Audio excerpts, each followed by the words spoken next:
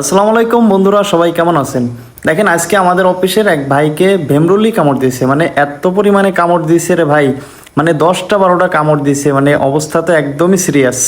যাই হোক, আমাদের অফিসের বস দ্রুতভাবে হসপিটালে পাঠানোর ব্যবস্থা করে। দেখেন, সাধারণত মানুষকে যদি 4টা 5টা কামড় দেয় তাহলেই কিন্তু তার খবর হয়ে যায়, আর সেইখানে 10 থেকে 12টা কামড় দিছে। মানে একদমই সিরিয়াস অবস্থা।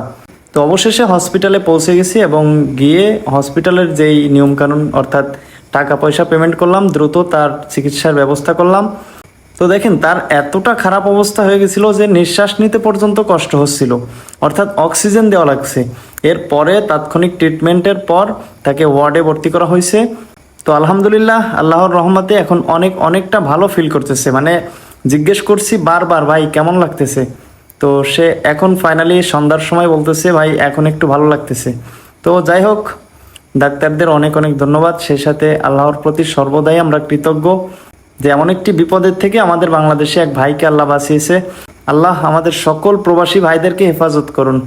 আর এই ভাইয়ের জন্য সবাই দোয়া করবেন। আর আমার ভিডিও যে যেখান থেকে দেখতেছেন একটু কমেন্টে বলে যাবেন।